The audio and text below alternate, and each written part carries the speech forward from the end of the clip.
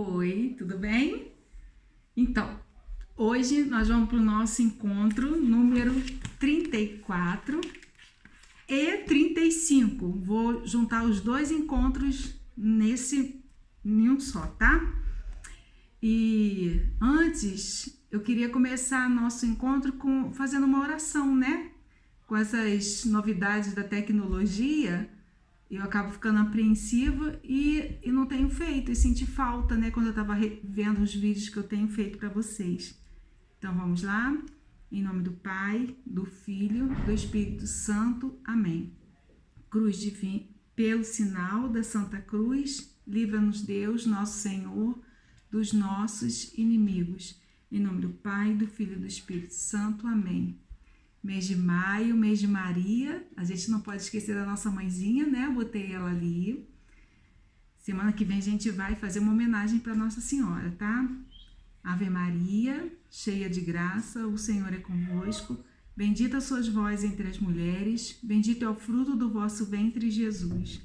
Santa Maria, Mãe de Deus, rogai por nós, pecadores, agora e na hora de nossa morte. Amém.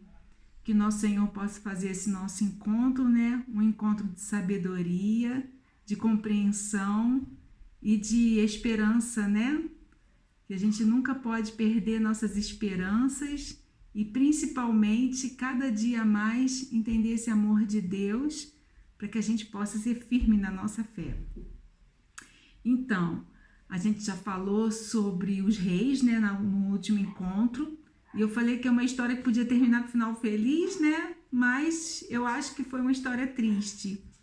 Mas Deus ele não desiste da gente, né? Ele não desistiu do seu povo. E aí agora a gente vai falar então dos profetas, né? E o que é o profeta? Profeta é um escolhido de Deus para falar em seu nome. O que um profeta faz? Ele anuncia a verdade, denuncia a injustiça e a mentira. E, principalmente, o que ele faz? Ele cumpre os mandamentos da lei de Deus.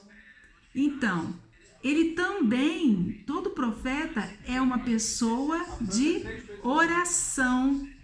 Ele conhece Deus nas experiências de vida, né? E tem sua intimidade com Ele. E quando é que a gente tem essa intimidade com Deus? Através das nossas orações, né?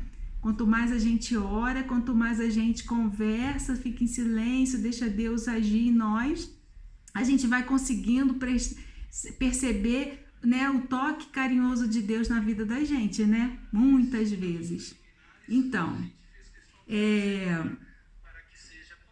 vamos lá. Então, o profeta também é uma pessoa que ele até se reconhece limitado, né?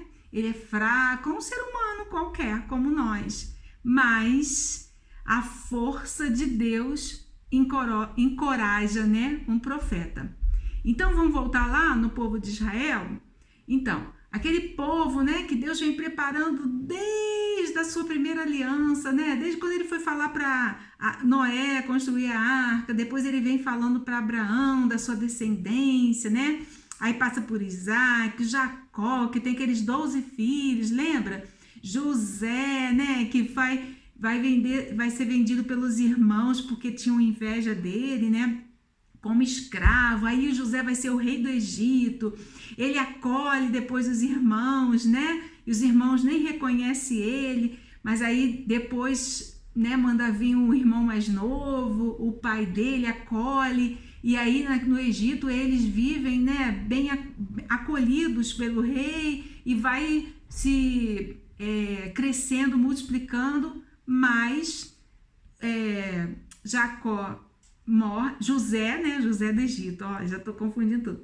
José morre, passa-se muitos anos, 400 anos, né, depois da morte dele. José era um bom rei, mas agora tem rei mau no Egito, né? E aí, o que o rei fala? Ele fala, olha, esse povo está crescendo muito, vão matar esse povo. Daí Deus faz uma nova aliança, né? Aí tem Moisés vai salvar esse povo da escravidão. Aí eles vão ser libertados lá da escravidão do Egito. passam 40 anos no deserto. Deus dá vários sinais, né? Dá vários sinais do seu amor, dá o maná, da água, da pedra, né? E eles vão e entram na terra prometida, Canaã.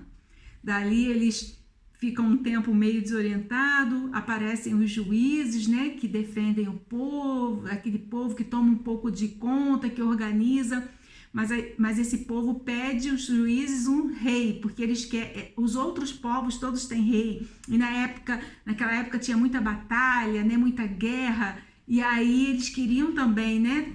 Vencer guerras, conquistar grana, né? Conquistar uma terra farta, ter uma vida boa. E aí eles passam alguns longos anos com esse período de reis, né? Morrem um, entra outro, e aí nós falamos de alguns reis, né? O Saul, que durou pouquinho tempo, ele foi desobediente. Depois veio o rei Davi, né? Um simples pastor de rebanho, mas um excelente rei, que até hoje a gente, né, fala do rei Davi, que Jesus é da descendência do rei Davi, né?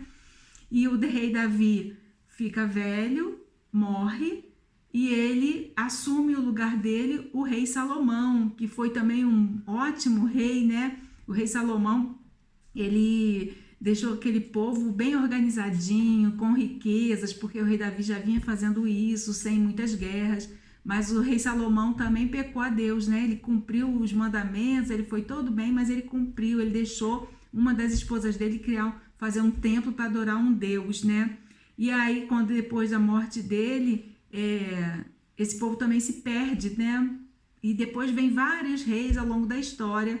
E aí, Deus, no meio desse povo que continua confuso, começa a suscitar, né? A apontar alguns profetas, que é o que a gente vai começar a falar, né? O que fala pelo povo é a voz de Deus no povo, né? Que defende o povo, que clama, né, a verdade, a justiça, que fala desse amor de Deus e anuncia Deus.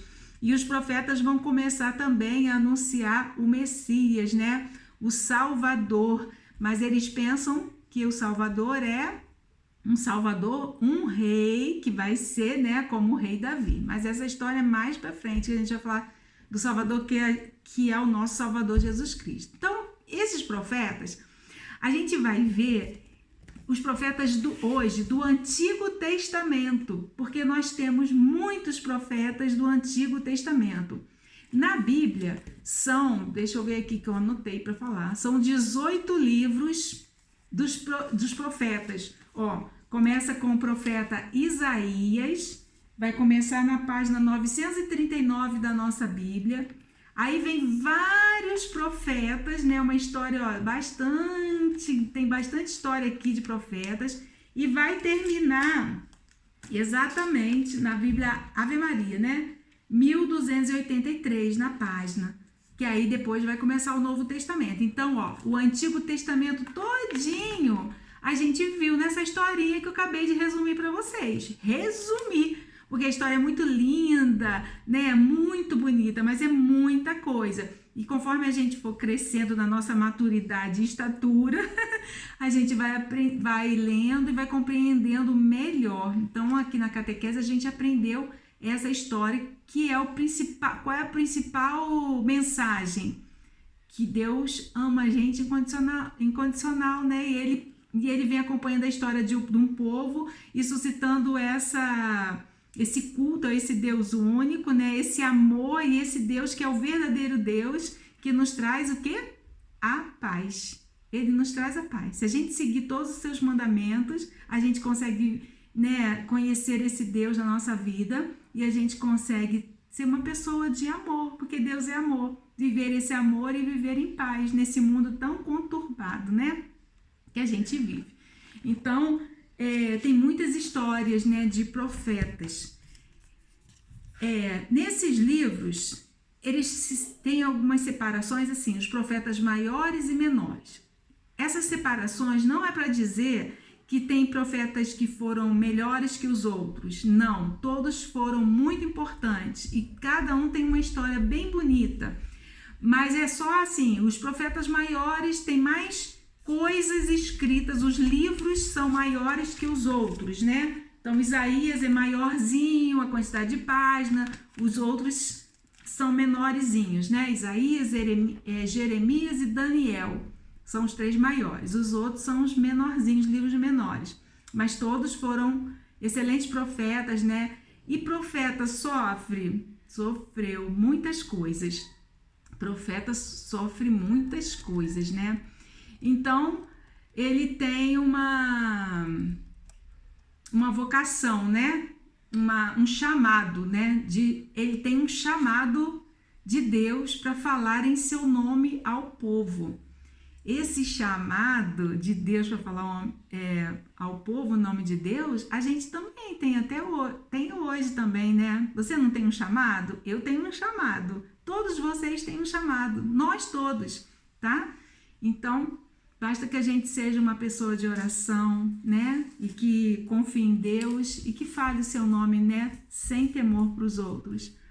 Então, eu queria falar para vocês hoje, contar uma história, um pouquinho da história do profeta Jeremias, tá? Desses todos os profetas, eu queria contar só a historinha dele, porque a história de Jeremias vai ajudar muito a gente a fazer os trabalhinhos da outra página, tá?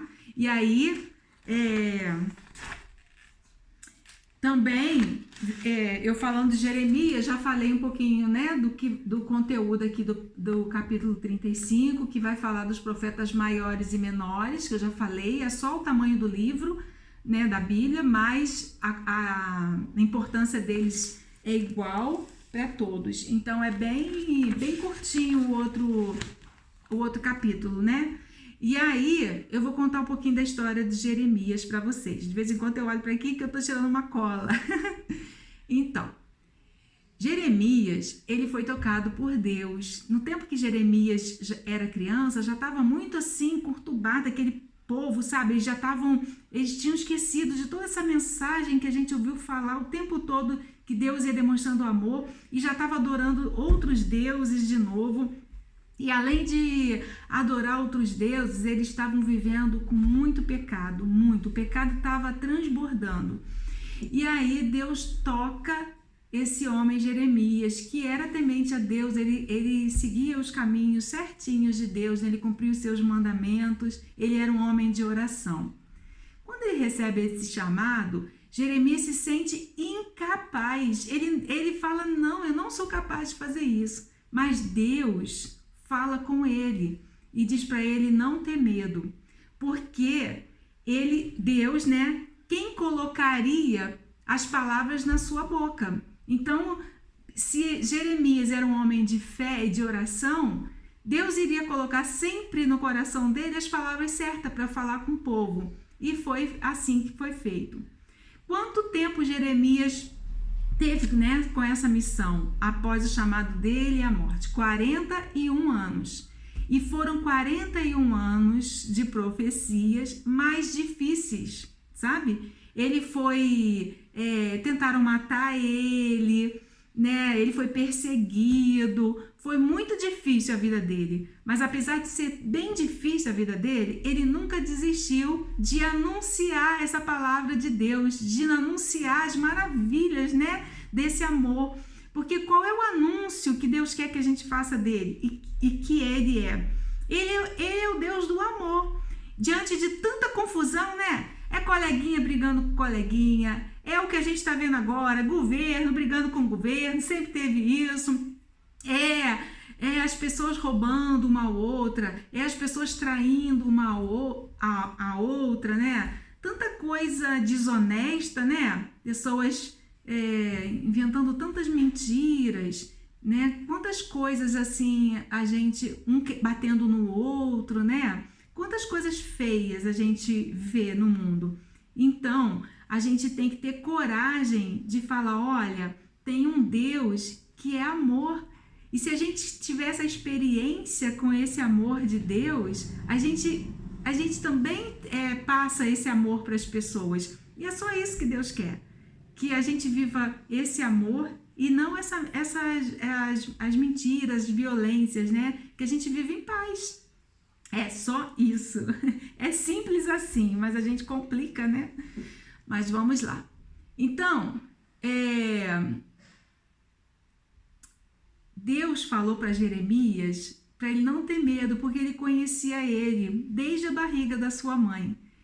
Lembra, lá nos primeiros encontros, acho que é o segundo encontro da catequese, até tá aqui na apostila, nós falamos, né, que Deus, ele conhece cada um de nós desde a barriga da nossa mãe. Ele conhece todos os nossos pensamentos, todas as nossas atitudes. Ele nos acompanha desde a hora que a gente dorme até a hora que a gente acorda, né? O tempo todo. Então, a gente não consegue esconder nada de Deus, né? Nada, nem os nossos pensamentos.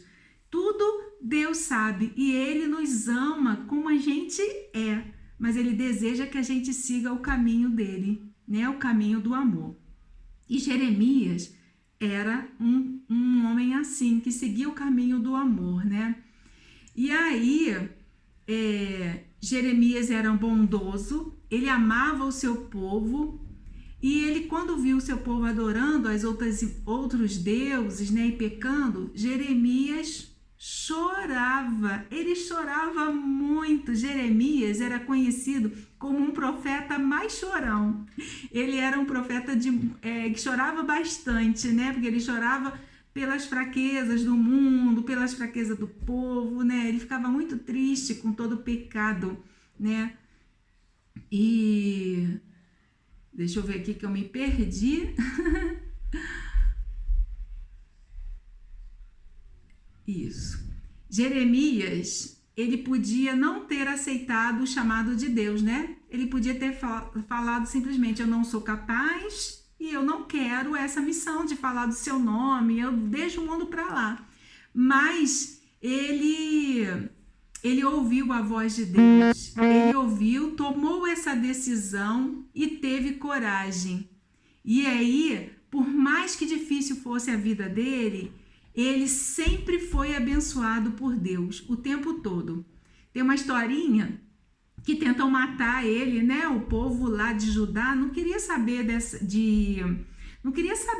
pregação, não queria saber de falar desse amor, de escutar esse amor. Então eles pegaram e jogaram Jeremias dentro de um poço, né? Um poço fundo. O poço geralmente tem água, né? Mas esse poço estava cheio de lama. Então Jeremias, ele não conseguiu, ele ficou lá no fundão e ele ficou atolado, né? E aí um homem passou e ele tem um nome complicadíssimo, nem vou falar aqui. E aí ele passou e ele viu, né? Ele escutou a voz lá e viu que ele estava atolado, ele ficou com pena. Aí ele foi lá no príncipe, no governador lá da época, e falou para ele, né, do caso: olha, jogaram ele vai morrer de fome, de sede, de frio, né? Se chover. Aí o príncipe, para não deixar o homem morrer, né, foi lá. Ele era um profeta, ele era um pregador, ele era um homem conhecido, né, apesar de não aceitarem, mas ele era um homem, né, daquele povo. Então o que esse homem importante lá, né, o príncipe lá da época fez? Mandou então 30 homens junto com esse homem que viu ele no poço, foi lá pedir socorro, né, para ajudar. Esses 30 homens, ao fazer esse trabalho de puxar e tirar Jeremias dali, Deus tinha um poder tão grande e Jeremias tinha esse amor tão claro de Deus que esses homens se encantaram por Jeremias e ali eles já passaram a ter um olhar diferente, né, por Deus e por esse amor. Então, como que o testemunho de vida da gente, né, as pequenas coisinhas que a gente faz, né, no dia a dia, tratar bem o amiguinho, né, ir à igreja, participar da missa, né, respeitar o pai e a mãe, tudo que os mandamentos da lei de Deus falam que a gente pode fazer no nosso dia a dia, como isso agrada a Deus, como isso muda o coração de muitas pessoas que estão ao redor da gente, né? E aí, esse foi assim uma historinha legal, né, de Jeremias do poço, né, de ter saído, de ter, com sua demonstração de fé e amor por Deus, de converter tantas pessoas, né, como aconteceu nesse dia.